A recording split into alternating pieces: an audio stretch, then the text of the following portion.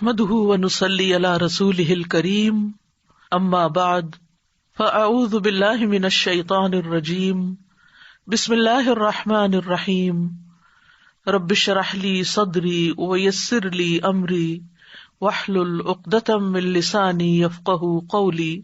اللہ تعالیٰ کا لاکھ لاکھ شکر ہے جس نے ہمیں مسلمان بنایا۔ اس کا احسان عظیم ہے ہم پر کہ اس نے ہمیں اپنی معرفت عطا کی، اپنی پہچان دی، اپنے سے مانگنا سکھایا۔ وہ ذات عظیم جس سے زمین اور آسمان کی ہر چیز مانگ رہی ہے، یسألہ من فی السماوات والارض کل یوم ھو فی شأن، اسی کے آگے سوال کر رہی ہے ہر وہ چیز جو آسمانوں میں ہے اور جو زمین میں، پوری کائنات اسی کے آگے جھکی ہوئی ہے۔ کل لہ قانتون، سارے کے سارے اسی کے فرما بردار ہیں، اسی کے تابع دار ہیں، ہر چیز اس کی تسبیح کر رہی ہے۔ وَإِن مِّن شَيْءٍ إِلَّا يُسَبِّحُ بِحَمْدِهِ وَلَٰكِن لَّا تَفْقَهُونَ تَسْبِيحَهُمْ، کوئی چیز ایسی نہیں کہ جو اس کی تسبیح نہ کر رہی ہو، لیکن تم ان کی تسبیح کو سمجھتے نہیں۔ ساری کائنات اسی کے آگے سجدہ کر رہی ہے، اللہ سبحانہ و تعالیٰ کے آگے جھکی ہوئی ہے۔ تو کیا ہم انسان جس کے لیے اللہ نے یہ ساری نعمتیں بنائی ہیں، کیا وہی اس کے آگے نہ جھکے گا؟ کیا وہی اس سے نہ مانگے گا؟ کیا وہی اس کی تسبیح نہ کرے گا؟ کیا وہی اس کی اطاعت اور فرما برداری نہیں کرے گا؟ یاد رکھیے کہ اگر ساری کائنات اللہ تعالیٰ کے آگے جھکی ہوئی ہے اور میں اور آپ اس کے آگے صحیح معنوں میں نہ جھکیں، سرکشی کریں، اس کی فرما برداری نہ کریں، اس کی اطاعت نہ کریں، تو اس میں کسی اور کا کچھ بھی نقصان نہیں، اس لیے کہ ساری کائنات تو اپنے رب کو راضی کر رہی ہے، اس کی وفادار ہے، اس کی اطاعت گزار ہے۔ اگر ہم نہیں کریں گے تو اس میں ہمارا ہی نقصان ہے۔ اس لیے ہم سب پر یہ بات لازم آتی ہے، ہم سب پر یہ بات ضروری ہے کہ ہم اس کی طرف متوجہ ہوں، صرف زبان کی حد تک نہیں، دل سے، روح سے، پورے شوق سے، محبت سے، ہر طریقے سے اتنا اس کو پکاریں کہ وہ راضی ہو جائے، اتنا اس کے آگے سجدہ ریز ہو جائے کہ وہ ہم سے خوش ہو جائے، اس کے راستے میں اتنا دوڑنے اور بھاگنے والے ہوں کہ وہ ہم سے خوش ہو جائے۔ اور پھر ہم کیوں نہ اس کے آگے جھکیں، کیوں نہ ہم اس کی فرما برداری کریں، کیوں نہ اس کی تابع داری کریں کہ وہ ہمارے ہر حال کو جانتا ہے، ہماری ساری تکلیفوں کو، ہماری مجبوریوں کو، ہماری پریشانیوں کو، ہمارے غموں کو، ہمارے دکھوں کو، ایک ایک چیز کو وہ جانتا ہے۔ اللہ لطیف بعبادہ، اللہ اپنے بندوں کے بارے میں باریک بین ہے، خوب خبر رکھنے والا ہے۔ اور پھر اسی کی طرف ہم سب کو پلٹنا ہے، اسی کی طرف رجوع کرنا ہے۔ اگر آج ہم خوشی سے اس کی طرف رجوع نہیں کرتے، آج اگر ہم محبت کے ساتھ اس کی طرف نہیں پلٹتے، آج اگر ہم خالص ہو کر اس کا نام نہیں لیتے، تو پھر یاد رکھیے کہ اسے بھی ہماری کوئی ضرورت نہیں۔ آپ دیکھیے کہ جب یہ درخت اور یہ شجر اور حجر اللہ تعالیٰ کو پکارتے ہیں، اس کے آگے سجدہ ریز ہوتے ہیں، تو وہ دکھاوا نہیں کرتے، ان کے دل میں اپنی کوئی بڑائی باقی نہیں رہتی۔ لیکن کتنے افسوس کی بات ہے کہ ہم جب اللہ تعالیٰ کے آگے جھکتے بھی ہیں، نیکی کا کوئی چھوٹا سا کام بھی کرتے ہیں، تو عموماً ہماری خواہش کیا ہوتی ہے کہ دوسروں کو پتہ چل جائے، دوسرے لوگ خوش ہو جائیں، دوسرے راضی ہو جائیں، ہم اور لوگوں کو اس میں شریک کر لیتے ہیں، جبکہ زمین و آسمان اور کائنات کی کوئی بھی چیز جو اللہ کا ذکر کرتی ہے، اللہ کی تسبیح کرتی ہے، انہیں اللہ کے سوا کسی سے جزا نہیں چاہیے ہوتی، انہیں اللہ تعالیٰ کے سوا کسی اور کو راضی نہیں کرنا ہوتا، ان کی عبادت اور تسبیح بالکل خالص ہوتی ہے۔ پھر یہ کہ جو بھی عبادت وہ کرتے ہیں اس کا طریقہ بھی جانتے ہیں، جبکہ ہمارا حال اکثر یہ ہوتا ہے کہ اگر اللہ تعالیٰ کی عبادت کرتے بھی ہیں تو مارے بندھے، کبھی اس میں دکھاوا شامل کر لیا، اور کبھی کی بھی تو ایسی ٹوٹی پھوٹی کے طریقہ بھی درست نہیں۔ قرآن پاک میں اللہ تعالیٰ باقی مخلوق کے بارے میں فرماتے ہیں کہ کل قد علم صلاتہ و تسبیحہ، کہ سارے کے سارے جانتے ہیں اپنی نماز کا طریقہ، اپنی تسبیح کا طریقہ۔ ایک نہیں جانتے تو ہم ہی نہیں جانتے، ایک نہیں معلوم تو ہم ہی کو نہیں پتا کہ وہ کون سی باتیں ہیں، وہ کون سی چیزیں ہیں، وہ کون سے کام ہیں جن سے اللہ تعالیٰ راضی ہوتا ہے، اور ان کاموں کو ہم بغیر کسی کے کہے، بغیر کسی کے بولے، اپنی خوشی کے ساتھ آگے بڑھ کر کرنے والے ہوں۔ تو اللہ تعالیٰ کی طرف رجوع کرنے کے کاموں میں سب سے بڑی اہم بات یہ ہے کہ ہم اپنے دل کو اس کے لیے خالص کر لیں، اس کی نعمتوں کو یاد کر کے اس کا شکر ادا کرنے والے بنے۔ کیونکہ جب تک دل کے اندر اس کا شکر نہیں، جب تک دل کے اندر اس کی قدردانی نہیں، اس وقت تک عبادت کا لطف نہیں آ سکتا، عبادت کی خوشی دل میں محسوس نہیں ہوتی۔ ایک یہ ہے کہ صرف فرض پورا کرنے والی بات، کہ فرض پورا کرنا ہے کہ اب اذان ہو گئی ہے تو نماز پڑھنی ہے، نہیں، صرف فرض نہیں پورا کرنا، خوشی کے ساتھ، محبت کے ساتھ اس کی طرف لوٹنا ہے۔ کیوں؟ اس لیے کہ اس نے اپنی بے شمار نعمتیں ہم پر عام کی ہیں، اتنی کہ جن کو اگر ہم گننا چاہیں تو گن نہیں سکتے۔ وَإِن تَعُدُّوا نِعْمَتَ اللَّهِ لَا تُحْصُوهَا، اگر تم اللہ کی نعمتوں کو گننے لگو تو گن نہ سکو، شمار کرنے لگو تو شمار نہ کر سکو۔ بہت سی نعمتیں ایسی ہیں جو ہمیں ظاہر نظر آتی ہیں، اور بہت سی نعمتیں ایسی ہیں جو ہمیں نظر بھی نہیں آتی۔ وَأَسْبَغَ عَلَيْكُمْ نِعَمَهُ ظَاهِرَةً وَبَاطِنَةً، اور اس نے نچھاور کی ہیں تم پر اپنی نعمتیں، ظاہری بھی اور باطنی بھی، جو تمہیں نظر آتی ہیں وہ بھی اور جو نہیں نظر آتی وہ بھی۔ اور یہ نعمتیں ایسی ہیں کہ جن کا کوئی بھی انسان انکار نہیں کر سکتا۔ فَبِأَيِّ آلَاءِ رَبِّكُمَا تُكَذِّبَانِ، تم اپنے رب کی کن کن نعمتوں کا انکار کرو گے، کن کن نعمتوں کو جھٹلاؤ گے، کن کن نعمتوں کے بارے میں کہو گے کہ یہ نعمتیں ہمیں اللہ نے نہیں دی اور فلاں نے دی ہیں۔ سب کچھ جو بھی ہمیں ملا ہے اسی کا ملا ہے۔ بہت سے لوگ عبادت میں سستی کرتے ہیں یا کرتے کرتے چھوڑ دیتے ہیں، یا کہتے ہیں کہ ہمیں کیا ملا ہے جو ہم عبادت کریں، ہمیں کیا اور فائدہ ہوگا کہ ہم اس کو پکاریں۔ تو یاد رکھیں کہ اگر ہم اللہ تعالیٰ کی ایک طرف نعمتیں گن کے لکھیں اور دوسری طرف ہم اپنی عبادت اور اطاعت کو دیکھیں تو ہم دیکھ سکتے ہیں کہ جو کچھ اس نے ہمیں دیا ہے وہ تو ان گنت ہے، اور جو کچھ ہم کرتے ہیں وہ چند انگلیوں پہ گنا جا سکتا ہے، اور وہ بھی جو کرتے ہیں خالص اس کے لیے نہیں کرتے، اوروں کو بیچ میں شریک کر لیتے ہیں۔ اور نعمتیں اگر ان کو گننا چاہیں تو انسان اپنی ہی ذات میں، اپنے ہی نفس میں دیکھے۔ وَفِي أَنفُسِكُمْ أَفَلَا تُبْصِرُونَ، اور تمہارے اپنے نفسوں کے اندر بہت سی نعمتیں ہیں، بہت سی نشانیاں ہیں اللہ کی۔ افلا تبصرون، کیا تم دیکھتے نہیں ہو، تمہیں نظر نہیں آتا کہ یہ سب کچھ تمہیں کس نے دیا ہے؟ لیکن اللہ تعالیٰ کا شکوہ ہے اپنے بندوں سے، یعرفون نعمت اللہ، اللہ کی نعمتیں پہچان لیتے ہیں، ثم ينکرونها، پھر ان کا انکار کر دیتے، پھر ان کا صحیح معنوں میں اعتراف نہیں کرتے۔ لیکن یاد رکھیں کہ دنیا میں بے شمار لوگ آئے ہیں اور دنیا سے چلے گئے، وہ بھی چلے گئے جو اللہ کی نعمتوں کو یاد رکھتے تھے، اور وہ بھی چلے گئے جنہوں نے اللہ کی نعمتوں کو پہچانا نہیں۔ لیکن دونوں کے انجام میں واضح فرق ہے۔ جو اللہ کے شکر ادا کرنے والے ہیں وہ اللہ کے پسندیدہ بنے۔ ابھی آپ نے جو آیات تلاوت میں سنی اس میں بھی یہی معنی آتا ہے کہ اللہ تعالیٰ کے پسندیدہ بندے، پھر اللہ تعالیٰ نے موت کے فرشتے جب ان کے پاس بھیجے تو کس طرح ان فرشتوں نے ان کا استقبال کیا۔ فروح و ریحان و جنت نعیم، کہ ان کے لیے راحتیں اور خوشبو اور پھول اور نعمتوں بھری جنتیں ان کا استقبال کرنے والی تھی۔ اور اس کے برعکس جو اللہ تعالیٰ کو ناراض کرنے والے تھے ان کے لیے پھر وتصلیۃ جحیم، جہنم کا ابلتا پانی اور جہنم کا تاپنا اور جہنم کی سختیاں۔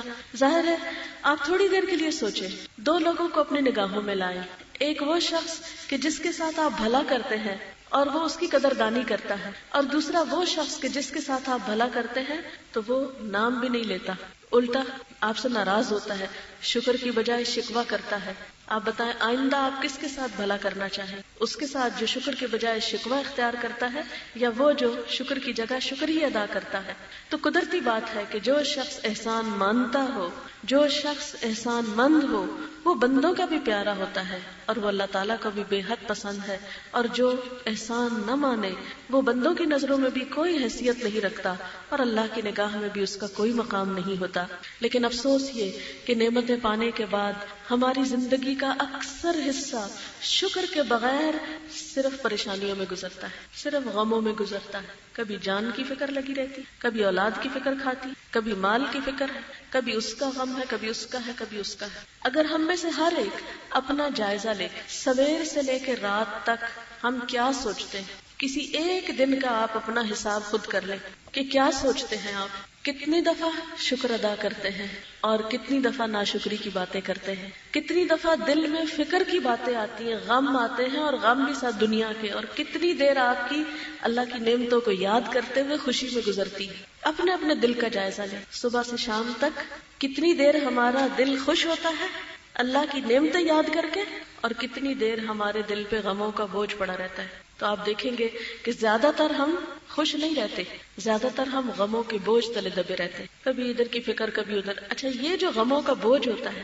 یہ دراصل ناشکری کی سزا ہوتی ہے دنیا میں، کہ ہمارا دل مختلف طرح کے افکار اور ہموم اور غم اور پریشانیوں میں ڈوبا رہتا ہے. وہ غبار ہٹتا ہی نہیں. یہ بالکل ایسے جیسے آندھی چلتی ہے نا تو نہ ہی روشنی صحیح لگتی ہے، نہ آسمان صحیح نظر آتا ہے، نہ درخت صحیح نظر آتے، کوئی چیز ٹھیک نظر نہیں آتی. ایسے ہی ہوتا ہے نا جب آندھی آتی ہے، مطلب ابر آلود سا ہو جاتا ہے، کوئی چیز بھی ڈھنگ کی نظر نہیں آتی، ساری سینری دھندلا جاتی ہے. بالکل اسی طرح غم اور پریشانیاں انسان کے دل کے اوپر ایک غبار کی طرح ہوتی ہیں. اس غبار میں اللہ کی نعمتیں یاد ہی نہیں آتی، اور جب وہ یاد نہیں آتی تو دل خوش ہی نہیں ہے. کسی وقت جی بھر کے ہنس بھی نہیں سکتے، کسی وقت خوش ہو ہی نہیں پاتے، کیونکہ وہ غبار چھایا ہے نا ہر وقت. اور ہوتا کیا ہے، سب کچھ ہے، ایک چیز نہیں، بس وہی غم نہیں بھولتا. بہت کچھ ہونے کو بھول جاتے ہیں، ایک چیز مرضی کے خلاف ہے اس کو نہیں بھولتے. وہ سر پہ ایک پریشانی کی طرح سوار رہتی ہے. نتیجہ کیا ہوتا ہے، دنیا میں اللہ کی نعمتیں یاد نہیں آتی، اور پھر اللہ تعالیٰ کا شکر ادا نہیں ہوتا. اور اللہ کا وعدہ تو یہ ہے لئن شکرتم لأزیدنکم، اگر تم نے شکر ادا کیا تو میں تم کو اور زیادہ دوں گا، اور اگر تم نے ناشکری کی تو پھر میرا عذاب بھی بہت سخت ہے. اور اس طرح ہم ناشکری کر کے اللہ کی مزید نعمتوں کے لائق نہیں رہتے، قابل نہیں رہتے. لیکن یاد رکھیں کہ عموماً ہمارے بہت سے غم بیس لیس ہوتے ہیں، بہت سی فکریں جو کل کی ہوتی ہیں ہمیں. یعنی کچھ لوگوں کو تو ماضی کے غم لگے رہتے ہیں نا، ایسا کیوں ہو گیا. لیکن آپ دیکھیے کہ جو ہونا تھا وہ ہو گیا، وہ ہمارے غم کھانے سے پلٹنا کوئی نہیں. جس نے فوت ہونا تھا ہو گیا، کیا ہمارے اب روز غم کھانے سے وہ زندہ ہو کے آ جائے گا؟ بھول جائیں، اب اس کو بلانے کی کوشش کریں.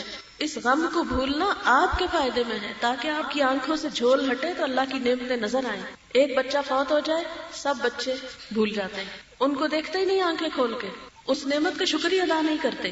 اسی طرح مال میں مثلا ایک انگوٹھی گم ہو گئی، ساری جیولری رکھی ہوئی ہے، ایک انگوٹھی کے جانے کا غم کھا رہا ہے، دن رات اسی پہ تڑپ رہے. بھئی وہ جو باقی ہے اس کو تو پہن کے خوش ہو، اس کی خوشی بھی بھولی ہوئی. ایک کپڑا جل گیا استری سے، اسی کا غم کھا رہے ہیں. بھئی وہ جو الماری بھری ہوئی ہے اس کو پہن کے شکر کرو، یہ نہیں تھا تمہاری قسمت میں، بس گیا چلا گیا، بھول جاؤ، لکھا ہوا تھا ایسے ہی ہونا. لیکن ہم بھلا کہاں صبر کریں جب تک اس استری کے جلانے کے ساتھ اپنا دل نہ جلائیں، جب تک ہم اپنی زبان سے دو چار اور کا دل نہ جلائیں. کیونکہ ہوتا یہ کہ جب ہم کڑتے ہیں تو جو ہمارے سامنے آتا ہے اس کے ساتھ بھی ویسے ہی پیش آتے ہیں، ان کو بھی آگے وہ بانٹتے ہیں دکھ. حاصل کیا ہوتا ہے؟ کچھ بھی حاصل نہیں ہوتا، کوئی فائدہ نہیں ہوتا. اور دوسرا طریقہ کیا ہے کہ انسان صبر کرے، اس کو ایکسپٹ کر لے اور باقی اللہ تعالیٰ کے حوالے کر دے. اور کچھ ہماری فکریں کل کی ہوتی ہیں. یاد رکھیں کل کسی نے نہیں دیکھا، کل تو پیدا ہی نہیں ہوا ابھی، اور پتہ نہیں ہماری زندگی میں پیدا ہوتا بھی ہے یا نہیں. نبی صلی اللہ علیہ وسلم نے فرمایا تھا اذا اصبحت فلا تنتظر المساء، جب تم صبح کر لو تو شام کا انتظار نہ کرو. کوئی پتہ نہیں شام آتی ہے کہ نہیں، صبح ہو گئی ہے، صبح کے وقت جو کرنا چاہیے وہ کرو، بیٹھ کے اس وقت کا جو کام ہے وہ کرو. جو دیکھا ہی نہیں کل اس کے غم لے کے بیٹھے ہوئے ہیں، اس کا کیا بنے گا، اس کا کیا بنے گا، اس کا کیا بنے گا، کل دیکھا ہی نہیں. غم کہنے سے حالات بدل جائیں گے؟ نہیں بدلیں گے. اس لیے اللہ تعالیٰ کے جو فیصلے ہیں ان کو جو ہو چکے ٹال نہیں سکتے، اور جو ابھی آیا نہیں وہ ہمارے ہاتھ میں نہیں، اس کے لیے پریشان ہونے کی ضرورت نہیں. پھر اسی طرح عام طور پر آپ دیکھیں کہ غم کس طرح جنم لیتا ہے ناشکری کے رویے سے جو ہم انسانوں کے ساتھ کرتے ہیں، یا یہ کہ اگر ہم کسی کے ساتھ کوئی بھلائی کر بیٹھتے ہیں تو ہم شکریہ کی توقع رکھ بیٹھتے ہیں. اللہ تعالیٰ کا شکر خود تو ادا نہیں کرتے، لیکن بندوں کے ساتھ کوئی اچھا کر لیا تو پھر انتظار کرتے ہیں کہ وہ آئے اور ہمارے پاؤں پڑے اور ہمارا شکریہ ادا کرے. اور اگر وہ نہ کرے تو خود گڑتے رہتے. اب حاصل کیا ہوگا؟ ہمیں کیا کہا گیا؟ نیکی کر دریا میں ڈال، سب اللہ کے حوالے کرو. جو کچھ بھی تم کسی کے ساتھ کرو کہ من یعمل مثقال ذرۃ خیرا یرہ، جو ذرے کے برابر بھی نیکی کرے گا کسی سے، کل قیامت کے دن اس کو پا لے گا. اگر آج کوئی انسان اس کو نہیں مانتا، نہ مانے، کیا فرق پڑتا ہے؟ بندے سے تو جزا نہیں لینی، جزا تو اس سے چاہیے جس نے ہمیں توفیق دی تھی نیکی کرنے کی. آپ دیکھیں مدینہ میں جو منافقین تھے وہ نبی صلی اللہ علیہ وسلم سے کبھی خوش نہیں ہوئے تھے. نیور. کیوں خوش نہیں ہوتے تھے؟ بس دل میں کوئی نہ کوئی آپ کے خلاف بدگمانی پالے رکھتے تھے. تو قرآن پاک میں اللہ تعالیٰ فرماتے ہیں وَمَا نَقَمُوا إِلَّا أَنْ أَغْنَاهُمُ اللَّهُ وَرَسُولُهُ مِنْ فَضْلِهِ. یہ نہیں ناراض ہوتے مگر اس بنا پر کہ اللہ اور اس کے رسول نے ان کو اپنے فضل سے غنی کر دیا. اللہ تعالیٰ نے اپنے فضل سے ان کو غنی کر دیا. مدینہ تو ایک چھوٹی سی بستی تھی, وہاں تو کوئی زیادہ کاروبار بزنس اور زراعت اتنی زیادہ نہیں تھی, لیکن جب سے اللہ کے رسول صلی اللہ علیہ وسلم نے وہاں قدم رکھا تھا لوگوں کی دنیا کی زندگی بھی بدلی تھی. مال غنیمت وہاں آنے لگا, وہ ایک پوری دنیا میں اہم ترین مقام بن گیا اور اس کا فائدہ منافقوں کو بھی پہنچا. لیکن اسلام کے آنے سے سارے فائدے اٹھانے کے بعد بھی وہ کبھی نہیں خوش ہوئے مسلمانوں سے. تو اللہ تعالیٰ فرماتے ہیں کہ ان کو کس بات کی ناراضگی. تو ہر شخص کی زندگی میں کچھ لوگ ایسے ضرور ہوتے ہیں, یاد رکھیے, ہر خاندان میں, ہر اسکول میں, ہر ادارے میں, ہر جگہ, سسرال میں, میکے میں, کہیں نہ کہیں کوئی نہ کوئی ایسے لوگ ضرور مل جائیں گے جن کے ساتھ آپ جتنا بھی بھلا کر لیں انہوں نے شکریہ کو نہیں ادا کرنا. اگر منافق اللہ اور اس کے رسول کا شکریہ ادا نہیں کرتے تھے صلی اللہ علیہ وسلم, تو آپ بتائیے کہ پھر اس کے بعد ان سے بڑھ کر فضل کس کا ہے؟ میرا اور آپ کا تو کسی پر احسان نہیں ہے ویسا احسان. تو اگر لوگ وہاں ناشکری کرتے تھے تو آج ہمارے ساتھ کسی نے کر دی تو کیا ہوا؟ اسی لیے اہل ایمان جو اللہ کی محبت میں سچے ہوتے ہیں وہ اگر کسی پر بھی احسان کرتے ہیں تو کیا کہتے ہیں؟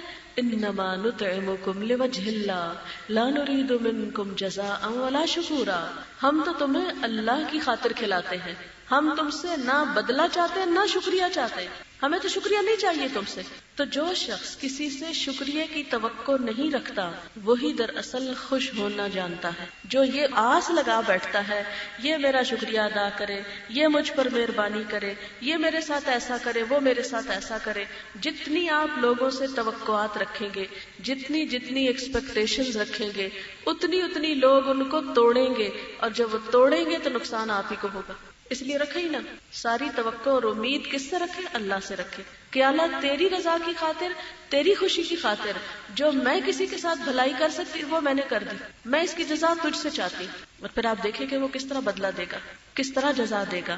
پھر آپ دیکھیے کہ بندوں کا حال تو یہ ہوتا ہے, اللہ تعالیٰ بندوں پر جب احسان کرتا ہے, بندوں کی کوئی مصیبت دور کرتا ہے, تو بندوں کا حال کیا ہوتا ہے؟ قرآن پاک میں اللہ تعالیٰ فرماتے ہیں کہ جب ہم انسان سے کوئی تکلیف دور کرتے ہیں تو انسان کا حال کیا ہوتا ہے؟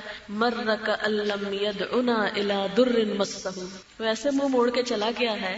یعنی جب تکلیف میں تھا, بیمار تھا, دکھی تھا, پریشان تھا, دن رات دعائیں کرتا تھا, لمبے لمبے وظیفے پڑھتا تھا, خوب صدقہ خیرات کرتا تھا, لیکن جب تکلیف دور ہو گئی ایسے منہ موڑ کے چلا گیا گویا کہ اس نے ہمیں کبھی کسی تکلیف میں پکارا ہی نہ تھا. تو جب اللہ کے ساتھ بندے یہ کچھ کر رہے ہیں کہ وہ ان کی دکھ دور کرتا ہے, تکلیف دور کرتا ہے, تو پھر بعد میں اس کو یاد بھی نہیں کرتے, سب عبادت بھول بھلا جاتے ہیں, سب صدقہ خیرات چھوڑ بیٹھتے ہیں, فرض نمازوں سے بھی جاتے ہیں, لیکن اللہ تعالیٰ اپنی رزق روزی بند نہیں کرتا ان پر بھی, ایسے ناشکروں پر بھی. ہم جتنی بھی نافرمانیاں کرتے رہتے ہیں, جو رزق ہماری قسمت میں دنیا کا لکھا ہے وہ ہمیں دیتا رہتا ہے. تو اگر اللہ تعالیٰ اپنے بندوں کے ساتھ احسان برتتا ہے, اللہ تعالیٰ اپنے بندوں کی قدردانی کرتا ہے, تو پھر آپ خود سوچیں کہ ہمیں کیسا اخلاق اپنانا چاہیے کہ جو ہمارے ساتھ برائی کرے, جو ہمارے ساتھ اچھا نہ کرے, ہم اس کے ساتھ کیسا سلوک کریں.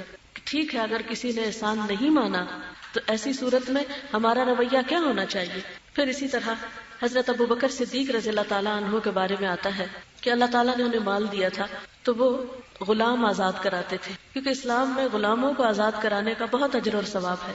لیکن جن غلاموں کو آزاد کراتے تھے وہ دنیاوی اعتبار سے کچھ بہت بڑی رتبے والے یا کوئی بہت صحت مند اور طاقتور یا کوئی بہت وجاہت والے نہیں تھے, بہت ہی کمزور اور مسکین قسم کے لوگ تھے جن کو وہ خاموشی سے اللہ کی خاطر آزاد کرا دیتے تھے. تو ان کے والد نے ایک دفعہ ان کو نصیحت کی کہ بیٹا میں دیکھتا ہوں کہ تم غلام آزاد کرتے ہو لیکن کمزور قسم کے, کیوں نہیں تم کچھ طاقتور اور مضبوط قسم کے جوانوں کو آزاد کراتے کہ کل کو یہ آزاد ہو کر کیا کریں گے, تمہارے کام آئیں گے, تمہیں کوئی فائدہ پہنچائیں گے, تمہارا احسان مانیں گے. تو اس پر انہوں نے کہا تھا کہ میں تو یہ کام صرف اللہ کی رضا کے لیے کر رہا ہوں, میں کسی کو غلامی سے اس لیے نجات نہیں دلا رہا کہ کل یہ میرے کام آئے.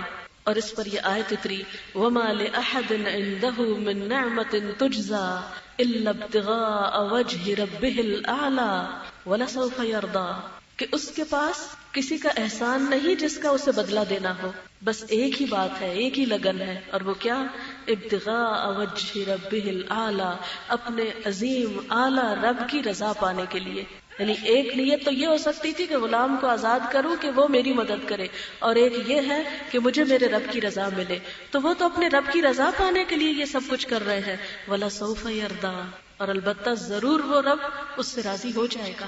تو جو شخص اپنے رب کے لیے کسی پر احسان کرتا ہے، بندوں سے بدلہ چاہنے کے لیے نہیں، اسی سے دراصل رب راضی ہوتا ہے۔ کیونکہ ہم میں سے بہت سے لوگ یہ تو کہتے ہیں کہ یا اللہ تو ہم سے راضی ہو جا، لیکن وہ کام نہیں کرتے جن سے رب راضی ہوتا ہے۔ اور ان کاموں میں سے ایک کام کیا ہے کہ کسی پر بھی احسان اس لیے نہ کیا جائے کہ اس سے کل ہمیں کوئی فائدہ پہنچے یا اس سے ہمیں کوئی کچھ حاصل ہو جائے، نہیں، رب کافی ہے سب احسانات کا بدلہ دینے کے لیے اور بہترین جزا عطا کرنے کے لیے۔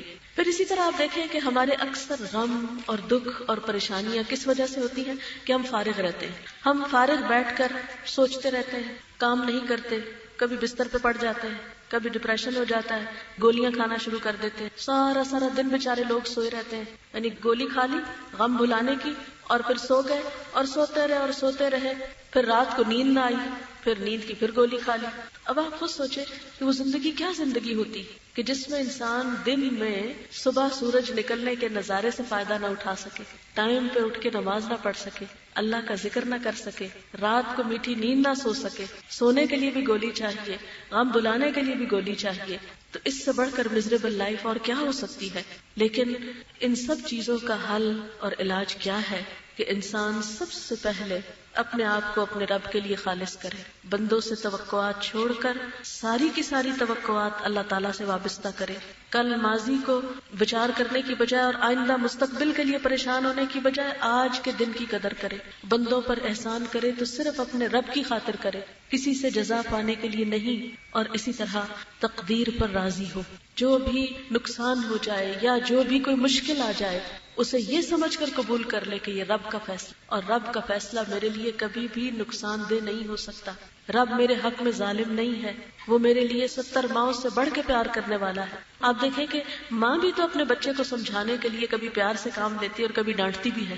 آپ جتنی بھی مائیں ہیں، آپ میں سے کوئی مجھے ایک یہ کہے کہ میں نے آج تک اپنے بچے کو کچھ نہیں کہا، اور اگر وہ یہ کہتی ہے تو سچ نہیں بولتی، اس لیے کہ کوئی ماں بننے کا حق ادا نہیں کر سکتی جب تک کہ وہ پیار کے ساتھ ساتھ ڈانٹ ڈپٹ نہ کرے، ایک طرف محبت کی نگاہ سے دیکھے تو دوسری طرف ٹیڑھی نگاہ سے بھی دیکھے، ورنہ بچے جو ہیں اسپائل ہو جاتے ہیں۔ انسان کی یہ فطرت ہے کہ صرف خوشیاں اس کو راس نہیں آتی، صرف نعمتوں کا مل جانا اس کے لیے کافی نہیں، ہر انسان کی ایک ضرورت ہے اس کے نفس کی تربیت کے لیے کہ جہاں نعمت ملتی ہے وہاں اس کو تھوڑی بہت تکلیف بھی آئے، کیونکہ تکلیف بھی بعض اوقات نعمت ہوتی ہے انسان کے لیے۔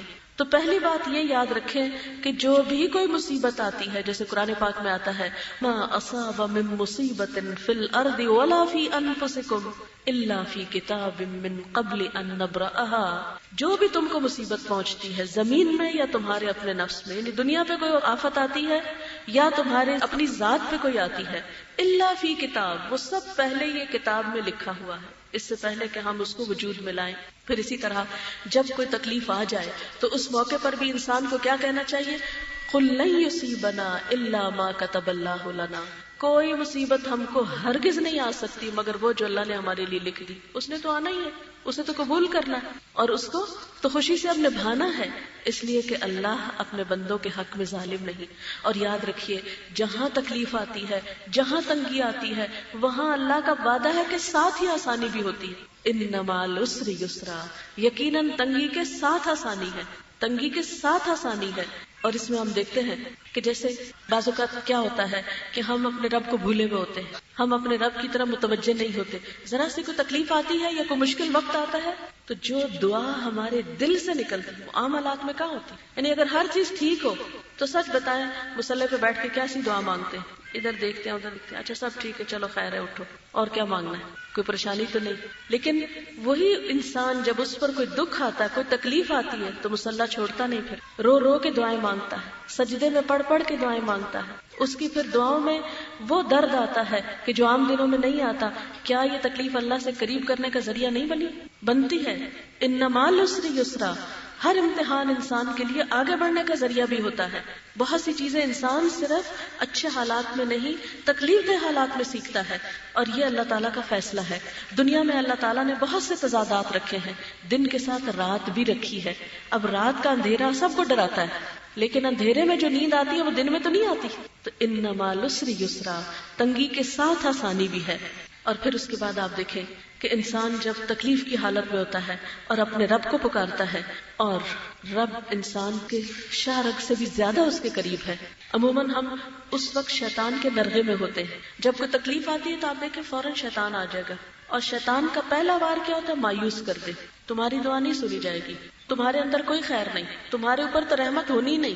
ایسی ایسی مایوسی کی باتیں شیطان دل میں ڈالے گا کہ آپ کا عبادت میں دل ہی نہ لگے، آپ اللہ کی طرف رجوع ہی نہ کرے. کیونکہ شیطان کو بھی پتا ہے کہ دکھی وقت میں انسان اپنے رب کی طرف زیادہ مائل ہوتا ہے. ایسے میں مایوسی سے بچے، ایسے میں فوراً اپنے رب کی طرف رجوع کرے. اللہ تعالیٰ فرماتے ہیں ادعونی استجب لکم، مانگو مجھ سے، پکارو مجھ کو، میں تمہاری پکار کا جواب دوں گا، میں تمہاری دعا قبول کروں گا. تو جب رب خود کہتا ہے تو پھر ہم کیوں نہ اللہ کی طرف پورے شوق اور ذوق سے اور پوری محبت کے ساتھ اس کی طرف رجوع کریں. لیکن ایک بات یاد رکھیں کہ جب دعا کریں تو بے صبری کا مظاہرہ نہ کریں، ساتھ ہی صبر بھی ضروری ہے. کیونکہ اگر کوئی تکلیف آ جاتی ہے تو ایسے میں انسان اللہ کا ذکر کرتا ہے تو اس سے بھی تھکے نہ کہ اب اتنے دن ہو گئے دعا مانگ مانگ کے دعا قبول ہی نہیں ہو رہی. نہیں ہوگی، ہر چیز کا اللہ نے ایک وقت مقرر کر رکھا ہے. مثلا اگر رات لمبی ہے، رات کا جو وقت ہے وہ اس سے پہلے سویر میں نہیں بدل سکتا. آپ کا کیا خیال ہے کہ اگر آدھی رات کے وقت ہم سارے مل کے رو رو کے دعائیں مانگے یا اللہ ابھی سویر ہو جائے، ہوئے گی؟ نہیں ہوئے گی. چاہے کتنا الٹے لٹک جائے نہیں ہوئے گی سویر ہوئے گی اپنے وقت پہ.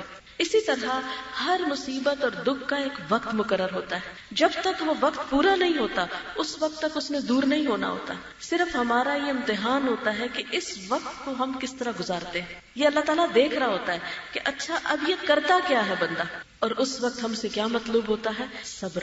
اور صبر کے ساتھ اللہ تعالیٰ کی طرف رجوع.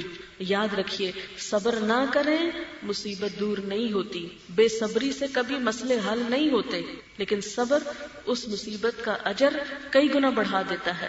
اور پھر اسی طرح اس کے ساتھ ساتھ اللہ کو پکارنا، اللہ کو پکارنا کبھی نہ چھوڑیں. کیوں؟ من اعرض عن ذکری فإن له معیشۃ ضنکا، جس نے میرے ذکر سے، میری یاد سے منہ موڑ لیا میں اس کے لیے دنیا کی زندگی بھی تنگ کر دوں گا. ہم بھاگیں اللہ کے ذکر سے، بھول جائیں اس کو، کیا اس سے مسئلہ حل ہوگا؟ نہیں ہوگا. اس لیے چاہے دعا جلدی سنی جائے یا دیر لگ جائے اور ذرا لمبا صبر کرنا پڑ جائے، لیکن مایوس نہیں ہونا، دعا نہیں چھوڑنی، ذکر نہیں چھوڑنا. اس لیے کہ تکلیف کے ساتھ ذکر کرنے سے درجے تو بلند ہوتے رہیں گے، لیکن ذکر چھوڑ کے مصیبت میں اضافہ تو ہو سکتا ہے، تکلیف بڑھ تو سکتی، گھٹ نہیں سکتی. تو اس لیے اللہ تعالیٰ سے ہمیشہ اچھی امید رکھیں، اور اگر وقتی طور پر کوئی مسئلہ حل نہیں بھی ہوتا تو نیک عمل کرنے میں سستی نہ کریں کہ کون سا میرا مسئلہ حل ہوا کہ میں اچھے کام کروں. قرآن پاک میں اللہ تعالیٰ فرماتے ہیں من عمل صالحا من ذکر او انثی وهو مؤمن فلنحیینہ حیاۃ طیبۃ ولنجزینہم اجرہم باحسن ما کانوا یعملون. جس نے بھی کوئی اچھا کام کیا، جس نے بھی نیک عمل کیا، خواہ وہ مرد ہو یا عورت ہو، بس شرط یہ ہے کہ وہ مومن ہو، ہم اس کو دنیا میں بھی پاکیزہ زندگی ضرور بسر کرائیں گے. یعنی دنیا میں بھی اچھی زندگی دیں گے، عمدہ زندگی دیں گے، دنیا کی نعمتیں بھی دیں گے، اور ہم ان کو ان کے اچھے کاموں کا اجر بہترین طریقے سے دیں گے جو وہ دنیا میں کرتے رہے. اس لیے انسان ایسے مواقع پر کبھی بھی اللہ تعالیٰ کی ذات سے مایوس نہ ہو. اور اسی طرح بعض اوقات یہ ہوتا ہے کہ انسان کسی کے ساتھ خیر و بھلائی کر رہا ہوتا ہے، اس کو چھوڑ کے بیٹھ جاتا ہے. میرا مسئلہ حل نہیں ہوا تو میں اب کسی کا مسئلہ کیوں حل کروں, جاؤ جاؤ میرے پاس کچھ نہیں. بعض اوقات ایسا ہوتا ہے نا, ہم اپنے ذات پہ گھبرائے ہوتے ہیں, پریشان ہوتے ہیں, تنگ ہوتے ہیں, کوئی آ جاتا ہے ہماری تھوڑی مدد کر دیتے, ہم کہتے ہیں ہمارے پاس کوئی مدد نہیں. ایسے میں انسان زیادہ بلکہ دوسرے انسانوں کی مدد کرے. جب کوئی تکلیف آئے, دکھ آئے, تو اس وقت دوسروں کی مدد کی طرف لپکے, کیونکہ اللہ تعالیٰ کا وعدہ ہے کہ جو بندہ دوسروں کی مدد کرے گا اللہ تعالیٰ اس کی مدد میں لگ جائے گا. یعنی ایک بندہ جب تک کسی دوسرے بندے کی مدد میں لگا رہتا ہے اللہ تعالیٰ غائبانہ طور پر اس کی مدد فرماتا ہے. تو جب یہ چاہے کہ اللہ آپ کی مدد کرے, آپ بندوں کی خدمت کریں, بندوں کی مدد کریں. کر بھلا ہو بھلا, آپ دوسروں سے بھلا کریں گے, آپ کا بھلا اللہ تعالیٰ غائبانہ طور پر کریں گے. اور پھر اگر کوئی برا بھی کرے تو ایسے موقع پر بھی کیا فرمائے, ادفع باللتی ہی احسن فاذا الذی بینک وبینہ عداوۃ کأنہ ولی حمیم. کہ اگر کوئی برا بھی کرے, بعض اوقات ایسا ہوتا ہے نا کہ جب آپ کے حالات خراب ہوتے ہیں تو سارے آپ کے ساتھ برا کرنے لگتے ہیں. مثلا کسی کو اگر خوشی ملی ہے تو سب مل کے اس کے ساتھ خوش ہو گئے, کسی کو اگر کوئی تکلیف آئی ہے تو سب اس سے منہ موڑ لیتے ہیں. ایسا ہوتا ہے نا. تو ایسے میں انسان پھر مایوس ہو کے سوچتا ہے مجھ سے کس نے اچھا کیا کہ میں کسی سے اچھا کروں. فلاں بیماری کے موقع پہ مجھے بھی تو کوئی پوچھنے نہیں آیا تھا, فلاں مصیبت کے موقع پر میرا بھی تو کسی نے ساتھ نہیں دیا تھا, میں کسی کا ساتھ کیوں دوں. تو ایسا نہیں سوچنا کبھی بھی, ایسا خیال نہ آئے. اس لیے کہ ہم نے کسی کا ساتھ اس لیے نہیں دینا کہ کوئی ہمارا ساتھ دے, ہم نے تو اللہ کی خاطر دینا ہے. اور جب ہم اللہ کی خاطر کوئی نیکی کرتے ہیں تو اللہ تعالیٰ اس کو ضائع نہیں کرتے. پھر اسی طرح یہ ہے کہ ذکر کی کثرت, اٹھتے بیٹھتے چلتے پھرتے سبحان اللہ, الحمدللہ, استغفر اللہ, لا الہ الا اللہ, یا حی یا قیوم برحمتک. اور یہ بھی یاد رکھیں کہ اللہ تعالیٰ کا وعدہ ہے فاذکرونی اذکرکم, تم مجھے یاد کرو میں تمہیں یاد کروں گا. جس بندے کے ہونٹ اللہ کے ذکر میں ہلتے رہتے ہیں تو اللہ تعالیٰ اس کو تنہا نہیں چھوڑتا. اس لیے دکھوں اور تکلیفوں کے موقع پر ہمیشہ اللہ کے یاد کی کثرت ہونی چاہیے.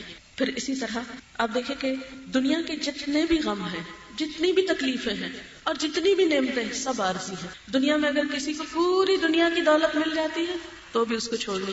اگر اس دنیا میں انسان کو طرح طرح کی مصیبتوں نے گھیرا ہوا ہے تب بھی اس کو چلے جانا ہے. یہاں نہ ہی کوئی سکھی رہا ہے اور نہ ہی کوئی دکھی باقی رہا ہے. وقت کے ساتھ ساتھ سب کی گاڑی آگے سے آگے چلتی چلی جاتی ہے. جو دن کل گزر گیا بس گزر گیا, اچھا گزرا یا نہیں گزرا گزر گیا, اب اس نے پھر نہیں آنا, اس نے واپس کو نہیں پلٹنا.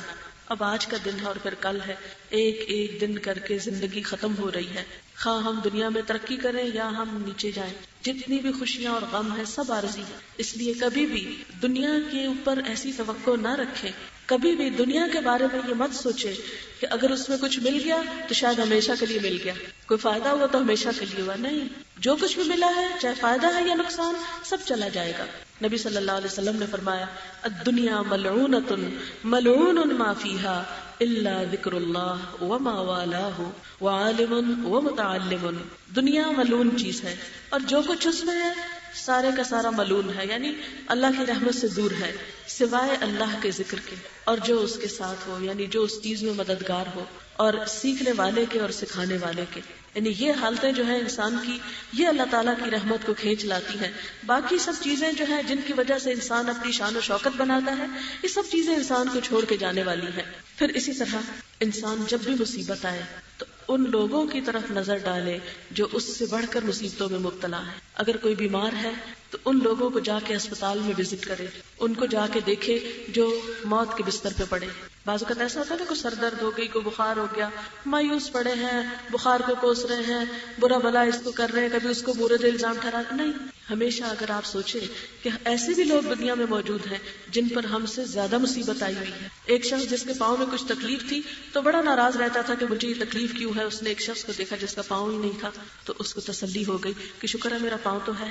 تو ہمیشہ اپنے سے کم تر کو دیکھیں دنیا کے معاملے میں, انشاءاللہ دل کو تسلی ہو جائے گی. بعض لوگوں کو غم لگا رہتا ہے ہمارا بیٹا نہیں ہے, ان کو دیکھ لیں جن کی بیٹیاں بھی کوئی نہیں, یا ان کو دیکھ لیں جن کو اللہ نے دیا اور پھر لے لیا. بعض لوگ کہتے ہیں بچے نہیں ہیں, ان کو دیکھیں جن کی شادی نہیں ہوئی ساری زندگی. پھر اسی طرح بعض لوگ چھوٹی چھوٹی چیزوں کے اوپر اللہ تعالیٰ کے ساتھ ناراض رہتے ہیں, ہر وقت غم پالے رکھتے ہیں. ایسی صورت میں نبی صلی اللہ علیہ وسلم کا طریقہ کیا تھا کہ جب بھی آپ کے اوپر کوئی مشکل وقت آتا تھا فوراً نماز کی طرف دوڑتے تھے. اور ہمارا حال کیا ہوتا ہے کہ ہم خود دعا بھی نہیں مانگنا چاہتے, ہم کیا چاہتے ہیں کوئی اور ہمارے لیے دعا بھی کر دے. ہم اتنے ہاتھ پاؤں چھوڑ کے مصیبت میں بیٹھ جاتے ہیں کہ ہم سے دعا بھی نہیں ہوتی, جاؤ کسی اور سے کرا لاؤ جا کے. ٹھیک ہے کسی اور سے بھی کرا لینی چاہیے، جتنے بھی کوئی دعا کرے کم ہے، لیکن اپنی دعا جب تک آپ اپنے لیے خود دعا نہیں کریں گے تو بات نہیں بنے. آپ خود سوچیں کہ جتنی خیر خواہی آپ اپنے لیے خود کر سکتے ہیں کوئی اور نہیں کر سکتا، جتنی بھلائی آپ اپنے لیے خود کر سکتے کوئی اور نہیں کر سکتا. اس کے ساتھ یہ ہے کہ انسان جہاں کہیں اپنے آپ کو بے بس محسوس کرے تو نماز کے علاوہ بھی کثرت سے پڑھے حسبنا اللہ و نعم الوکیل، کافی ہے ہمیں اللہ جو بہترین کارساز ہے، نعم المولا و نعم النصیر، بہترین مولا ہے، بہترین مددگار ہے. اور جب انسان اللہ تعالیٰ کی طرف توقع رکھتا ہے، اللہ پر امید اور بھروسہ رکھتا ہے تو اللہ تعالیٰ اس کے لیے کافی ہو جاتا ہے. پھر اسی طرح بعض اوقات ایسا ہوتا ہے کہ انسان ایسے لوگوں کے پاس بیٹھتا ہے کہ جن کے پاس بیٹھ کر اس کا ایمان بڑھتا ہے. تو جب بھی آپ دیکھیں کہ آپ کا ایمان کم ہو رہا ہے، جب آپ دیکھیں کہ غم چھانے لگے ہیں، جب آپ دیکھیں کہ آپ کا حال اچھا نہیں، تو آپ کبھی ایسے لوگوں کے پاس نہ بیٹھے جو آپ کے سامنے مایوسی کی باتیں کریں، جو آپ کی تکلیف پہ خوش ہو، جو آپ کو پریشان کرے. آپ فوراً ایسے لوگوں کے پاس جائیں، فوراً اللہ کے ذکر کی مجلسوں میں، اللہ کے دین کو سیکھنے سکھانے کی مجلسوں میں فوراً پہنچے. آپ دیکھیں گے کہ قرآن آپ کا بہترین مددگار ہوگا، آپ کو ہر بات کا جواب دے گا، آپ کے ہر مسئلے کا حل اس میں موجود ہے، ہر مشکل سے نکلنے کا راستہ اس کے اندر بتایا گیا ہے. اس لیے فوری طور پر اللہ کی کتاب کی طرف رجوع کرے، اور پھر آپ دیکھیں گے کہ جو لوگ اللہ کی طرف رجوع کرتے ہیں اللہ تعالیٰ ان کو مایوس نہیں کرتا. پھر اسی طرح آپ دیکھیں کہ جو بھی خوف اور غم ہے یہ دنیا میں انسان کے لیے ایک آزمائش ہے کہ ہم معاملہ کیا کرتے ہیں اس موقع پر. اور کل قیامت کے دن اللہ کے دوستوں کے لیے خوف اور غم نہیں ہوگا. اور یہ کون لوگ ہوں گے جو دنیا میں خوف اور غم کے موقع پر اللہ تعالیٰ کے سہارے کو تھامے رہے، جنہوں نے ایسے مواقع پر اللہ کو یاد کیا، جنہوں نے دنیا کے غموں کو نکال کر آخرت کا غم لگا لیا. یاد رکھیں جب تک بندے کے دل میں آخرت کا غم نہیں لگتا دنیا کے غم اس کو نہیں چھوڑتے، دنیا کے غم اس کو نہیں بھولیں گے. دنیا کے غموں کو بھلانے کا آسان طریقہ کیا ہے؟ آخرت کا غم لگا لیں. اور واقعی غم لگانے کی جگہ تو وہی آخرت کی بات ہے، آخرت کی یاد ہے. اللہ تعالیٰ کے بڑے بڑے پیغمبر حضرت داؤد علیہ السلام، حضرت سلیمان علیہ السلام، ان کے بارے میں آتا ہے کہ انا اخلصناہم بخالصۃ ذکر الدار، ہم نے ان کو ایک خالص چیز کے ساتھ چن لیا تھا اور وہ تھا اس گھر کی یاد. یعنی دنیا میں انہیں بادشاہت ملی تھی، ہر طرح کی نعمتیں ملی تھی، لیکن ان کے دل میں وہ دنیا کی محبت نہیں تھی. ان کے دل میں ایک ہی غم لگا ہوا تھا، کل کا کیا بنے گا، آخرت کا کیا بنے گا، وہاں ہمارے ساتھ کیا ہوگا. تو جب تک وہ غم نہیں لگتا ہمیں یہ غم ہی رہے گا کہ ہمارا بیٹا ہے یا نہیں، ہمیں غم ہی رہے گا کہ کاروبار کیسا ہے، ہمیں غم ہی رہے گا کہ ہمارے ساتھ اور لوگ کیا کر رہے ہیں. جو شخص یہ چاہے کہ دنیا کے غموں سے آزاد ہو، اسے چاہیے کہ وہ آخرت کا غم اپنے لیے چن لے، تو اللہ اس کو اپنے کام کے لیے چن لے گا. اور پھر ساتھ ہی یہ ہے کہ اپنے لیے دعا بھی مانگنی چاہیے. اللہم انی اعوذ بک من الہم والحزن، اللہ میں تیری پناہ میں آتا ہوں ہر طرح کے غم اور فکر سے اور پریشانی سے. اور ایک بات یاد رکھے، جو بھی کوئی غم یا دکھ یا تکلیف یا پریشانی، حتیٰ کہ مومن کو ایک کانٹا بھی چبھتا ہے تو اللہ تعالیٰ اس کے بدلے بھی اس کے گناہ معاف کرتا ہے اور اس کے درجات میں اضافہ کرتا ہے. تو چھوٹی سی کوئی تکلیف بھی آتی ہے یا کوئی بڑی آتی ہے تو اس بات پر اپنا یقین پختہ رکھیں کہ ساتھ ہی اللہ تعالیٰ کی مدد آئے گی اور اجر آئے گا. ایک حدیث میں آتا ہے ان اللہ یحب کل قلب حزین، کہ اللہ ہر اس دل سے محبت کرتا ہے جس میں غم ہوتا ہے. یعنی اللہ تعالیٰ کو بے فکرے لوگ پسند نہیں ہیں، لیکن غم ظاہر ہے صرف دنیا کا غم نہیں. ظاہر ہے کہ دنیا کی پریشانیاں تو ہر ایک کو قدرتی طور پہ خود ہی لگ جاتی ہیں، یعنی دنیا کے غم خود لگتے ہیں، آخرت کا لگانا پڑتا ہے. تو جس دل میں آخرت کا غم لگ جاتا ہے، اس کی فکر لگ جاتی ہے، ایسا ہی شخص اللہ تعالیٰ کا محبوب ہو جاتا ہے. نبی صلی اللہ علیہ وسلم کا طریقہ یہ تھا کہ آپ کثرت سے اللہ تعالیٰ کو پکارتے تھے. لا الہ الا اللہ العظیم الحلیم، لا الہ الا اللہ رب العرش العظیم، لا الہ الا اللہ رب السماوات ورب الارض ورب العرش الکریم، یا حی یا قیوم، لا الہ الا انت برحمتک استغیث، اللہم رحمتک ارجو فلا تکلنی الی نفسی طرفۃ عین واصلح لی شأنی کلہ، لا الہ الا انت استغفر اللہ الذی لا الہ الا هو الحی القیوم واتوب الیہ. استغفار پڑھنے کا فائدہ یہ ہوتا ہے کہ انسان ہر مشکل سے کوئی نہ کوئی راہ نجات اللہ اس کے لیے بنا دیتا ہے اور وہ نکل جاتا ہے. یعنی ہر غم سے نکلنے کا طریقہ کیا ہے؟ استغفار کی پابندی کرنا. پھر حضرت یونس علیہ السلام جو مچھلی کے پیٹ میں چلے گئے تھے، آپ خود سوچیں کہ مچھلی کا پیٹ کتنی گندی جگہ ہو سکتی، پتہ نہیں سانس بھی کیسے آتا ہوگا، کتنا اندھیرا ہوگا، اور پھر مچھلی سمندر کے اندر. اس وقت انہوں نے کیا دعا مانگی تھی؟ لا الہ الا انت سبحانک انی کنت من الظالمین. تو اللہ تعالیٰ فرماتے ہیں وکذالک ننجی المؤمنین، اسی طرح ہم نجات دیتے ہیں مومنوں کو. تو جتنا آپ اللہ کا ذکر کریں گے اتنا ہی زیادہ اللہ تعالیٰ کی رحمت پائیں گے. پھر اسی طرح آپ دیکھیں کہ عام روزمرہ زندگی میں اپنا رویہ کیا رکھیں. جب غم ہو تو غم کے علاج کے طور پر مسکرانے کی کثرت کر دیں، ہر ایک کو مسکرا کے دیکھیں. آپ دیکھیں گے کہ وہ جو غم ہے اس کو ریلیف ملنے لگے گا. عموماً ہمارا حال کیا ہوتا ہے؟ جب ہمیں کوئی غم تکلیف ہوتی ہے تو موڈ آف کر لیتے ہیں، ہم ہر ایک سے بولنا چلنا چھوڑ دیتے ہیں. اب لوگ بھی ہم سے ڈرنے لگتے ہیں، پتہ نہیں اس کو کیا ہے نا بابا، ہم نہیں بات کرتے، ہم پہ ہی برس پڑے گا. نتیجہ کیا ہوتا ہے؟ ہم سب کو اپنے سے کاٹ کے پرے پھینک دیتے ہیں. اچھا، اس سے کیا ہوتا ہے؟ کوئی ہمارا حال ہی نہیں پوچھتا، کوئی ہم سے ہمدردی نہیں کرتا. یہ ہمیں شیطان نے بڑی غلط فہمی میں ڈالا ہوا ہے کہ جب ہمارا موڈ آف ہوگا تو سب ہمارے پاس آئیں گے. کوئی نہیں آئے گا. بد اخلاق انسان کے پاس کوئی نہیں جاتا ہوتا، ہر شخص کو اچھا اخلاق پسند. تو جب غم دل میں ہو، مومن کے دل میں غم ہوتا ہے، چہرے پہ مسکراہٹ، تو غم میں مسکرانا سیکھیں. اس سے خود بخود بھی آپ کو ریلیف ملے گا، اور اس کے ساتھ یہ ہے کہ دوسرے لوگ آپ کی طرف خود بخود متوجہ ہوں گے.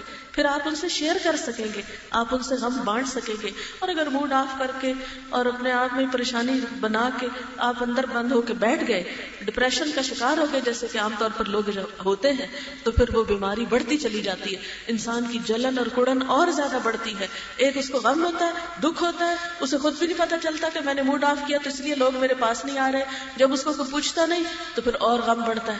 وہ ایک وشیش سرکل چل پڑتا ہے جس سے نجات جو ہے وہ مشکل ہو جاتی ہے. اور پھر آپ دیکھیں کہ غم چھوڑنے کے لیے اپنے آپ سے پوچھا کریں، آج تک جو غم کیے ہیں حاصل کیا ہوا؟ کیا مجھے غم کرنے نے کوئی فائدہ دیا ہے؟ مثلاً آپ پڑھ نہیں سکے، آپ کو بڑا غم ہے کہ آپ کو کوئی ڈگری نہیں ملی، آپ کی ڈگری رہ گئی، شادی کر دی ماں باپ نے، آج تک غم نہیں بھولتا. لوگ عام طور پہ کہتے رہتے ہیں نا فلانا تو غم جاتا ہی نہیں زندگی سے. کبھی سوچیں، پوچھیں اپنے آپ سے، جن چیزوں پہ آپ نے غم کیا ہے وہ چیزیں مل گئی آپ کو غم کرنے؟ واپس آئی؟ ڈگری مل گئی؟ نہیں. غم نے کل کیا فائدہ دیا؟ کچھ نہیں. آج کیا فائدہ دے گا؟ کچھ نہیں. کل کیا دے گا؟ کچھ نہیں. اس لیے اس کو ریپلیس کرنا شروع کر دیں. بچہ فیل ہو گیا، جتنا مرضی غم کرے پاس ہو جائے گا. کیا کرے؟ اس کو پڑھانا شروع کرے، اس پہ محنت کرے. غم کرنے کے بجائے اپنا ناکامی کا سبب جانے اور اس سبب کو دور کرے. پھر اسی طرح آپ کے والد فوت ہو گئے، آپ خوب روئے، رو رو کے بھول ہی نہیں رہے، بچے بھول گئے، سب بھول گئے، شوہر کے ساتھ بیزاری، ہر ایک کے ساتھ کیا ہے غم ہے ہم کو. ٹھیک ہے، 3 دن تک تو آپ کو اجازت ہے غم کرنے کی. پھر اس غم سے باہر نکلنے کی کوشش کریں. کیا آپ کے غمگین رہنے سے والد واپس آئیں گے؟ نہیں، کوئی واپس نہیں آتا. آپ کے بزنس میں لاس ہو گیا، غمگین رہنے سے لاس پورا ہو جائے گا؟ نہیں. کیا نقصان سارے ختم ہو جائیں گے؟ نہیں. کیا کریں؟ غم بھلا کے اللہ پہ بھروسہ کر کے، اللہ کو یاد کر کے سوچے کیا وجہ ہوئی. میں نے کسی کا حق تو نہیں مارا تھا، کسی پہ ظلم تو نہیں کیا تھا، کسی کی بد دعا تو نہیں لگی.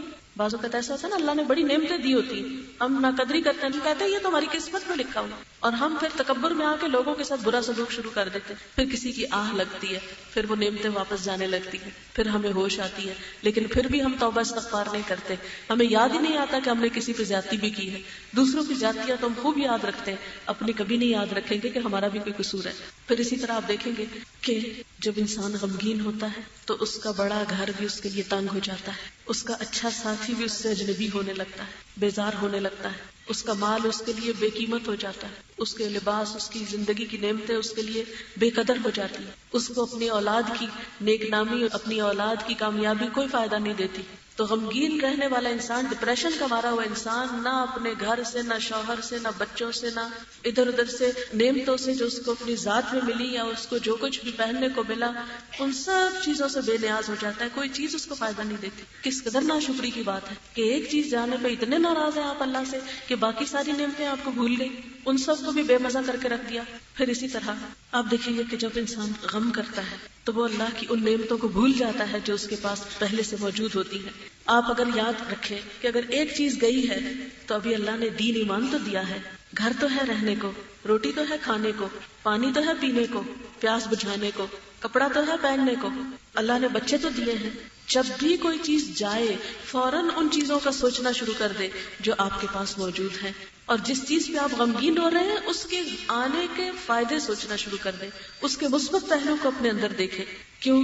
اس لیے کہ اللہ تعالیٰ کی طرف سے جو بھی کوئی چیز ایسی آتی ہے وہ دراصل انسان کو کوئی نہ کوئی سبق سکھاتی، اس سبق کو یاد کرنے کی کوشش کرے، اور پھر سب سے بڑی بات یہ کہ اپنے آپ کو دین سیکھنے کے کام کی طرف لگائیں۔ جب آپ دین کی طرف لگیں گے تو آپ کے مردہ دل زندہ ہونا شروع ہو جائیں گے۔ قرآن پاک میں اللہ تعالیٰ فرماتے ہیں أَوَمَنْ كَانَ مَيْتًا فَأَحْيَيْنَاهُ وَجَعَلْنَا لَهُ نُورًا يَمْشِي بِهِ فِي النَّاسِ كَمَنْ مَثَلُهُ فِي الظُّلُمَاتِ لَيْسَ بِخَارِجٍ مِّنْهَا۔ کیا بھلا وہ شخص جو مردہ تھا، جس کا دل مردہ تھا، بیزار ہو چکا تھا زندگی سے، پھر ہم نے اس کو زندگی دی اور ہم نے اس کے لیے ایک ایسا نور پیدا کر دیا جس کے ساتھ وہ لوگوں کے بیچ میں چلتا پھرتا ہے، اور وہ نور نور ہدایت ہے، اللہ کے دین کا، اللہ کی کتاب کا نور ہے۔ کیا وہ اس شخص کی طرح ہو سکتا ہے کبھی کہ جو اندھیروں میں ڈوبا ہوا ہو اور اس سے نکلنے والا نہ ہو؟ یاد رکھیے، اللہ کی کتاب کے بغیر دل اندھیرے میں ہے، اللہ کی یاد کے بغیر دل اندھیرے میں ہے۔ ان سے نکلنے کے لیے اللہ کی یاد اور خاص طور پر اللہ کی کتاب کے ساتھ مضبوط تعلق بے حد ضروری۔ یعنی یہ ایک شرطیہ بات، جس کو بھی غم ہے، جس کو بھی دکھ ہے، جس کو بھی کوئی پریشانی، وہ اللہ کی کتاب پڑھنا شروع کر دے۔ ہو سکتا نہیں کہ وہ غم دور نہ ہو اس سے، جو اس کی جان کو لاگو ہے، جو اس کو کھائے جا رہا ہے، اور وہ اس کو کھانے دے رہا ہے اور وہ اس ہڈیاں گھلا رہا ہے اور اپنی صحت کا ستیہ ناش کر رہا ہے، تو حاصل تو کچھ نہیں۔ ہم دیکھتے ہیں کہ جو بڑے بڑے علماء تھے نا، جب ان پر کوئی مصیبت آتی ہے تو اس مصیبت میں بالکل پرسکون ہوتے تھے۔ مولانا مودودی کے بارے میں آتا ہے کہ جب ان کو پھانسی کی سزا کا اعلان سنایا گیا تھا تو وہ ان کے چہرہ بالکل مطمئن تھا، اس پہ کوئی خوف اور ہراس اور کوئی ہوائیاں نہیں اڑی ہوئی تھی، بالکل مطمئن تھے۔ جب ان سے کہا گیا کہ آپ رحم کی اپیل کریں تو انہوں نے کہا کہ نہیں، میں اپنا معاملہ اللہ کے حوالے کرتا ہوں۔ کیا چیز تھی کہ ایک بندے کو بتایا جا رہا ہے کہ کل تمہاری موت ہے اور وہ مطمئن بیٹھا ہوا ہے، یہ کہہ کر کہ موت اور زندگی تو اللہ کے ہاتھ میں، ان کے ہاتھ میں تو ہے ہی نہیں۔ جس کو یہ یقین ہو کہ موت اور زندگی اللہ کے ہاتھ میں، بندوں کے ہاتھ میں نہیں ہے، وہ موت سے بھی خوف زدہ نہیں ہوتا۔ اور واقعی ایسا ہوا کہ وہ فیصلہ واپس ہو گیا۔ اسی طرح اور زندگی کے بہت سے معاملات ایسے ہوتے ہیں کہ جس میں انسان انجانی چیزوں کا خوف اور غم کھا کر اپنے آپ کو پریشان رکھتا ہے۔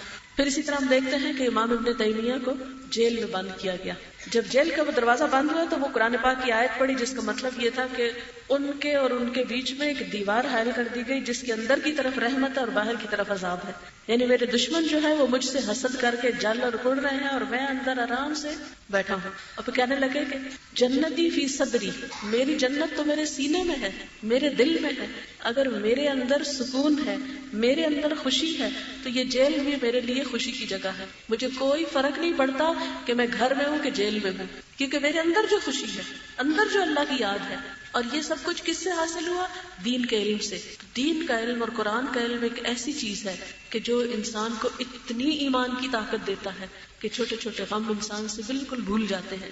پھر اسی طرح آپ دیکھیں کہ اپنے جذبات کو کنٹرول کرنے کی ضرورت۔ ہمارے بہت سے غم جذباتیت کی وجہ سے آئے، بہت سی مصیبتیں جذباتیت کی وجہ سے نازل ہوتی۔ اس میں آپ دیکھیں کہ عموماً جب ہم خوشی کا موقع ہوتا ہے تو اس میں حد سے باہر نکل جاتے ہیں، آپے سے باہر ہو جاتے ہیں۔ غم کا موقع آتا ہے تو آپے سے باہر ہو جاتے ہیں۔ یاد رکھیں، خوشی کے موقع پہ بھی حد سے بڑھنا اللہ تعالیٰ کو ناپسند ہے۔ خوشی کے موقع پہ عموماً کیا ہوتا ہے، ہم خوشی سے چیخنے چلانے لگتے ہیں، اس کے ساتھ شور ہنگامہ، ایک عجیب طوفان بدتمیزی بعض اوقات برپا کر دیا جاتا ہے۔ اسی طرح غم کے موقع پر چیخ پکار، فریاد، بین، اپنے بال نوچنا، ٹکرے مارنا حد سے بڑھ جاتے ہیں۔ نتیجہ کیا ہوتا ہے کہ انسان ایک مصیبت کے ساتھ کئی اور کو جنم دیتا ہے۔ پھر اسی طرح کوئی بھی چیز ہماری پسند کے خلاف یا مرضی کے خلاف ہوتی ہے تو ہم اس کو تحمل سے نہیں لیتے، ہم فوراً اس کے اوپر ایک نیگیٹو ایٹیٹیوڈ اختیار کرتے ہیں، ایک سرکشی کا رویہ اختیار کرتے ہیں۔ یہ جو بغی کی کیفیت ہوتی ہے، اب دیکھیں کہ دل کی تین حالتیں ہوتی ہیں، یا دل تین طرح کے ہوتے ہیں۔ ایک ہوتا ہے صحت مند دل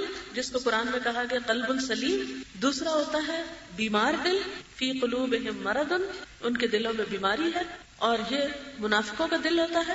قلب سلیم مومن کا دل ہوتا ہے، اور تیسرا ہوتا ہے قلب میت، مردہ دل، اور یہ کافر کا ہوتا ہے، اس میں کوئی زندگی نہیں، مایوس ہے وہ ہر رحمت سے اللہ کی۔ اب ہم میں سے ہر شخص کو اس زندگی میں اپنے دل کا جائزہ لینا ہے۔ کیا ہمارا دل قلب سلیم ہے، مطمئن دل ہے، قلب مطمئن ہے، پرسکون دل ہے، یا ہمارا دل مریض دل ہے، یا ہمارا دل مردہ دل ہے؟ ہر روز اپنے دل کا ضرور سویرے اٹھ کے جائزہ لیا کریں کہ دل کی کس حالت پر ہے ہم۔ اگر دل مردہ ہے، بیزار ہے، فوراً استغفار شروع کریں، ضرور کوئی اللہ کی نافرمانی کا کام ہو، فوراً پلٹ آئیں۔ اگر دل مریض ہے، مریض دل کی علامت کیا ہوتی ہے؟ سب سے پہلے یہ کہ اس میں شک ہوتا ہے، اس میں حسد ہوتا ہے، اس میں بغض اور عداوت ہوتا ہے، اس میں بغی ہوتی ہے. بغی ایک عربی کی ٹرم ہے، یعنی سرکشی ہوتی ہے، جذباتیت بہت ہوتی ہے. یہ سب بیمار دل کی علامتیں. اور قلب سلیم مطمئن دل ہوتا ہے. کوئی اچھا کرے تو بھی ٹھیک ہے، کوئی برا کرے کوئی بات نہیں، ہر ایک کا کیا اس کے ساتھ ہے، میرا کوئی کیا بگاڑ سکتا ہے. قرآن پاک میں آتا ہے یوم لا ينفع مال ولا بنون الا من اتى الله بقلب سلیم. جس دن مال اور بیٹے کام نہ آئیں گے مگر جو اللہ کے پاس سلامت دل لے کر آیا. سلامت دل کیا ہے؟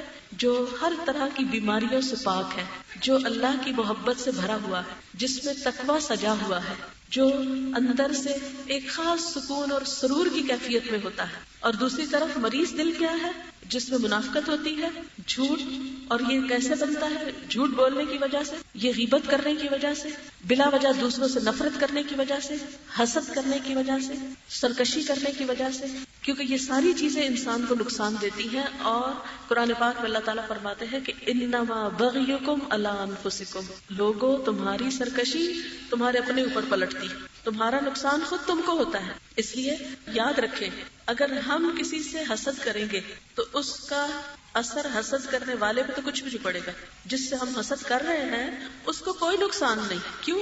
اس لیے کہ نفع نقصان تو سارے کا سارا اللہ کے پاس ہے. عزت یا ذلت کا مالک کون ہے؟ اللہ ہے نا. ان العزت للہ جميعا. پھر اسی طرح قرآن پاک میں اللہ تعالیٰ کیا فرماتے ہیں؟ اللہم مالک الملک تؤتی الملک من تشاء وتنزع الملک ممن تشاء وتعز من تشاء وتذل من تشاء. تو جس کو چاہتا ہے عزت دیتا ہے، جس کو چاہتا ہے تو ذلیل کرتا ہے. بیدک الخیر، بھلائی تو تیرے ہاتھ میں ہے. انک علی کل شیء قدیر، بے شک تو ہر چیز پر قادر. تو یاد رکھے اگر ساری دنیا مل کے کسی کو عزت دینا چاہے کوئی نہیں دے سکتا جب تک اللہ نہ. ساری دنیا مل کے کسی کو ذلیل کرنا چاہے کوئی نہیں کر سکتا جب تک اللہ نہ چاہے. جب تک یہ ایمان مضبوط نہ ہو اس وقت تک انسان کو سکون نہیں آ سکتا. جس سے کوئی انسان حسد کرتا ہے کچھ بھی اس کا نہیں بگڑتا، بعض اوقات اس کو تو پتہ ہی نہیں ہوتا، اور حاسد اپنے حسد کے اندر خود ہی جل جل کے پریشان ہوتا ہے. پھر اسی طرح جب دل کے اندر نفرت ہوتی تو وہ بھی دل کو میلا کرتی، دل کو کالا کرتی. من حسن اسلام المرء ترکہ ما لا یعنی، انسان کے اسلام کا حسن کس میں ہے؟ ان چیزوں کو چھوڑ دے جس سے اس کا مطلب نہیں. انسان اپنے لیے زندگی کا ایک راستہ متعین کرے، اپنے فرائض پورے کرے، اپنی ذمہ داریاں آسان طریقے سے ادا کرے، اپنی نیت کو اللہ کے لیے خالص کرے، اپنے کام سے کام رکھے، اور بلا وجہ اپنے آپ کو انجانی اور انہونی پریشانیوں میں مبتلا نہ کرے، اور اپنے دل کو ان سارے امراض سے پاک کرنے کی کوشش کرے. ورنہ قیامت کے دن بیمار دل انسان کی نجات کا سبب نہیں بنے گا.